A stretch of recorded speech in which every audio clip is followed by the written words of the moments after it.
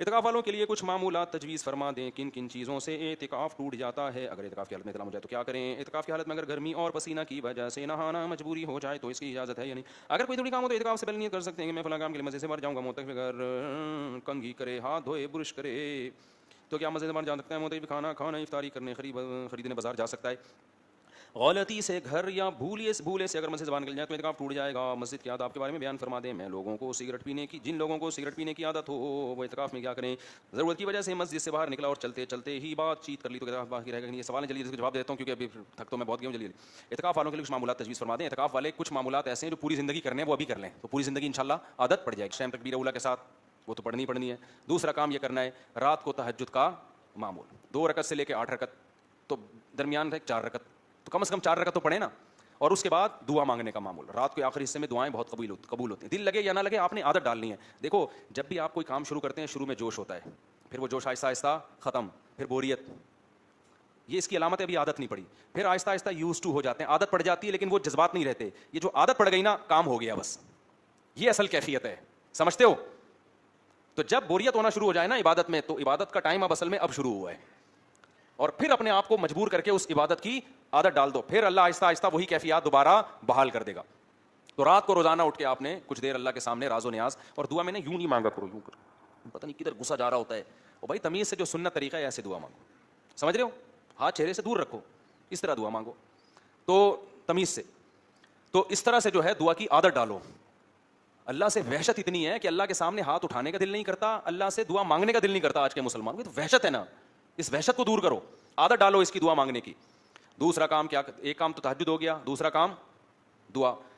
تیسرا کام صبح اور شام کی تسبیحات کی پابندی. 100 دفعہ درود شریف کوئی بھی جو آپ کو آسان لگے، 100 دفعہ استغفار کوئی سا بھی جو آپ کو آسان لگے، کچھ نہیں تو استغفر اللہ پڑھ لو. اور 100 دفعہ تیسرا کلمہ یا چوتھا کلمہ جس سے آپ کو مناسبت ہو. تیسرا کلمہ سبحان اللہ والحمد للہ ولا الہ الا اللہ واللہ اکبر، اور چوتھا کلمہ لا الہ الا اللہ وحدہ لا شریک لہ لہ الملک ولہ الحمد وہو علی کل شیء قدیر. یہ پڑھ لو. کچھ نہیں تو صرف لا الہ الا اللہ پڑھ لو. کیا پڑھ لو؟ کم سے کم 100 دفعہ صبح اور 100 دفعہ شام. زندگی بھر کا معمول بناؤ اس کو. اعتکاف میں تو عادت ڈالو سب سے پہلے.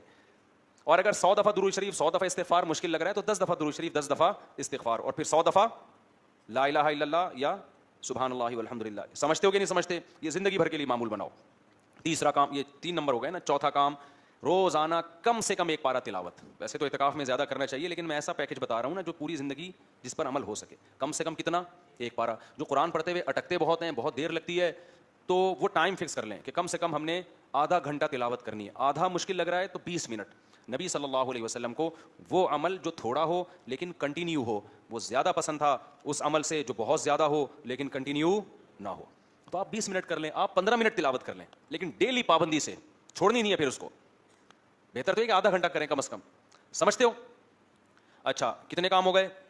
4 کام ہو گئے. 5واں کام آپ نے کیا کرنا ہے کہ جب تک اعتکاف میں ہے، رمضان میں ہے، تراویح تکبیر اولیٰ سے پڑھیں. اس میں سستی کا نہ ہو. بیٹھے ہوتے ہیں وہاں، کوئی وہاں پڑا ہوا ہوتا ہے، کوئی ادھر کلا بازی کھا رہا ہوتا ہے، کوئی جیسے امام رکوع میں جاتا ہے بھاگتے ہوئے آتے ہیں. تو تمیز سے پڑھ لو یار، تھوڑے دن تو ہیں آپ کو، کون سا کوئی بھاگے جا رہے ہو. اور ایک اور اہم بات یہ کہ جن لوگوں کی تجوید ٹھیک نہیں ہے، قرآن پڑھنا نہیں آتا، تو یہاں مولانا صفی صاحب ہیں، ہمارے شاگرد ہیں، مفتی بھی ہیں ماشاءاللہ. ان کو مذہبی امور کا وزیر بنایا میں نے. وہ وفاقی مذہبی امور سمجھ لیں آپ، وزیر. تو وہ اعتکاف والوں کے لیے. تو جتنے مسائل پوچھنے ان سے پوچھ لیں آپ، اور اللہ بھلا کرے آپ کا.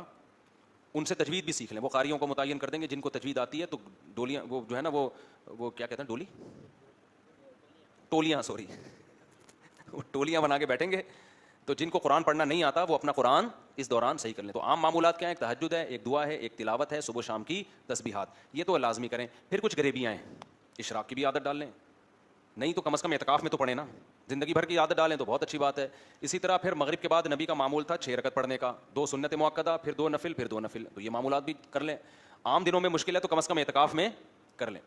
لیکن وہ جو پہلے والے معمولات ہیں وہ تو کوشش کریں زندگی بھر کے لیے بنا لیں. سمجھتا ہے کہ نہیں سمجھتا؟ اب میں جلدی مسائل بتاتا ہوں کن چیزوں سے اعتکاف ٹوٹ جاتا ہے. اعتکاف 2 چیزوں سے ٹوٹتا ہے، یا تو روزہ ٹوٹ گیا آپ کا، یا آپ مسجد سے بلا ضرورت باہر نکل گئے. ضرورت کیا ہے؟ صرف وضو کے لیے جا سکتے ہیں. غسل فرض ہو جائے تو فرض غسل کے لیے جا سکتے ہیں، بیت الخلاء کے لیے جا سکتے ہیں. اور اگر کھانا لینے جانا چاہتے ہیں تو کھانا لے جانے کے لیے بھی جا سکتے ہیں، کھانا کھانے کے لیے بھی جا سکتے ہیں. سمجھتے ہو؟ کھانا کھانے جانا ہے جی، کھانا، اب تو یہاں کھانا آ رہا ہے، آپ کو ضرورت کیا کھانا کھانے کے لیے باہر جانے کی. لیکن اگر کسی کا نہیں ہے، کوئی کھچڑی کھانی ہے، اس نے یہاں نہیں مل رہی، اس کو کھچڑی، پیٹ خراب ہو رہا ہے، تو وہ باہر بھی جا سکتا ہے. کسی بھی جب ضرورت کے لیے جائیں, جو میں نے ان ضرورتیں بیان کی ہیں, تو اس میں چلتے چلتے بات چیت بھی ہو سکتی ہے, رکنا نہیں ہے. سمجھتے ہو, رکنا نہیں. چلنے کے دوران جو بات ہو گئی تو ٹھیک ہے. بیت الخلا گئے, رش لگا ہوا ہے, بندہ آ ہی نہیں رہا, پولیس بلوا کے بھی دیکھ لی, نہیں نکل رہا, تو آپ کھڑے رہیں, اس سے آپ کا اعتکاف نہیں ٹوٹے گا, چونکہ وہ ٹائم انتظار میں گزر رہا ہے. تو اس دوران بات چیت بھی کر سکتے ہیں. بات چیت کی وجہ سے نہیں ٹھہرے ہوئے آپ, ٹھہرنے کی وجہ سے بات چیت کر رہے ہیں.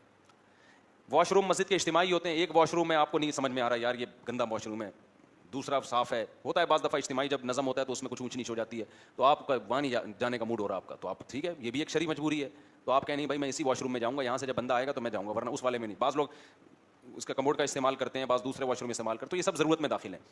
مسئلہ یہ ہوتا ہے افطاری کر کے لوگ فوراً ہاتھ دھونے کے لیے وضو خانے میں چلے جاتے ہیں, تو ان کا اعتکاف ختم ہو جاتا ہے, کیونکہ ہاتھ دھونے کے لیے جانا کوئی شرعی ضرورت بولو نہیں ہے. ہاں آپ افطاری کر کے وضو کے لیے گئے, اسی دوران ہاتھ بھی دھو لیا آپ نے تو ٹھیک ہے. اسپیشل ٹوتھ برش یا ٹوتھ پیسٹ کرنے کے لیے آپ مسجد سے باہر نکلے, اعتکاف ٹوٹ جائے گا. نکلے وضو کے لیے, ہاتھ دھوئے, کلی کی, اس میں پھر برش بھی کر لیا تو ٹھیک ہے, کیونکہ یہ وضو کا کیا بن گیا, یہ حصہ بن گیا نا, مسواک کی برش کر لیا, ٹوتھ پیسٹ کر لیا, اب یہ وضو کا حصہ بن گیا. سمجھتے کوئی نہیں سمجھتے؟ وضو کے لیے گئے, وہاں کوئی بندہ بیٹھا ہوا ہے, آپ نے وہاں بیٹھنا ہے, تو اس کے انتظار میں کھڑے ہو, تو اعتکاف نہیں ٹوٹے گا. تو بلا وجہ جب بھی نکلو گے اعتکاف ٹوٹے گا, اور ضرورت سے نکلو گے تو اعتکاف نہیں ٹوٹے گا, اور ضرورتیں وہی ہیں جو میں نے بیان کر دی ہیں. سمجھتے ہو؟ آگے چلتے ہیں ہم. اگر اعتکاف کی حالت میں احتلام ہو جائے تو جیسے ہی آنکھ کھلے فوراً مسجد سے باہر نکلیں اور غسل کریں. ناپاکی کی حالت میں مسجد میں ٹھہرنا جائز نہیں. اس صورت میں بھی مسجد سے باہر نکلنے میں اعتکاف نہیں ٹوٹے گا. اچھا یہ اعتکاف کی حالت میں اگر نہانا ہو, نہیں اعتکاف میں نہیں نہا سکتے, فرض غسل کر سکتے ہیں. باقی جمعے کا کر سکتے ہیں نہیں کر سکتے, اس میں بڑا اختلاف ہے. احتیاط یہی ہے کہ نہ کریں, گھر سے تیزاب سے نہا کے آنا چاہیے تھا آپ لوگوں کو. باقی مسجدوں میں ایک انتظام یہ ہو رہا ہے, کیونکہ گرمی میں پھر وہ جسم چپچپا ہو جاتا ہے, تو مسجدوں میں ہی ایسا انتظام ہو رہا ہے آج کل کہ وہیں غسل ہو اور وہیں پانی مسجد کو خراب بھی نہ کرے, وہیں جمع ہو جائے. تو انتظامیہ سے ہم بھی گزارش کریں گے کوئی ایسا سسٹم بنا دیا جائے تاکہ غسل بھی ہو جائے اور مسجد سے باہر نکلنے کی نوبت بھی نہ آئے, اور مسجد خراب بھی نہ ہو غسل کی وجہ سے. ورنہ اتنا تو کر سکتے ہیں کہ سر دھو سکتے ہیں, سر باہر نکالیں اور پانی سے دھو دیں. سر پاؤں باہر نکالنے سے اعتکاف ٹوٹتا ہے, سر باہر نکالنے سے نہیں ٹوٹتا. اگر معتکف اگر کلی کرے, ہاتھ دھوئے, برش کرے, اس کے لیے مسجد سے باہر نکلے, نہیں نکل سکتا. معتکف کھانا افطاری خریدنے بازار جا سکتا ہے. غلطی سے اگر یا بھولے سے اگر مسجد سے نکل جائے تو اعتکاف ٹوٹ جائے گا. جی ہاں ٹوٹ جائے گا. حدیث میں آتا ہے میری امت پر خطا اور بھول معاف کر دیا گیا ہے. تو مطلب یہ کہ خطا سے یا بھولے سے کوئی کام ہو تو اس کا گناہ نہیں ملتا, یہ مطلب ہے اس حدیث کا. یہ مطلب نہیں ہے کہ اس کے جو شرعی حکام ہیں وہی نہیں متوجہ ہوتے. صرف روزے کے بارے میں حدیث میں کہ بھولے سے کھانے سے نہیں ٹوٹتا, باقی جتنی بھی جنایات ہیں وہ بھولے سے بھی ٹوٹ جاتی ہیں, یعنی اس پہ سزا ملتی ہے دنیا کی, آخرت کی نہیں, اور غلطی سے بھی. تو اگر آپ بھولے سے نکل گئے مسجد سے باہر کے, یاد ہی نہیں تھا کہ میں اعتکاف میں آیا ہوا ہوں, تو اعتکاف کیا ہو جائے گا, ٹوٹ جائے گا. معتکف کھانا افطاری ہوں یا مسجد, اچھا اعتکاف ٹوٹ جائے تو کرے گا کیا آدمی, چلا جائے گا.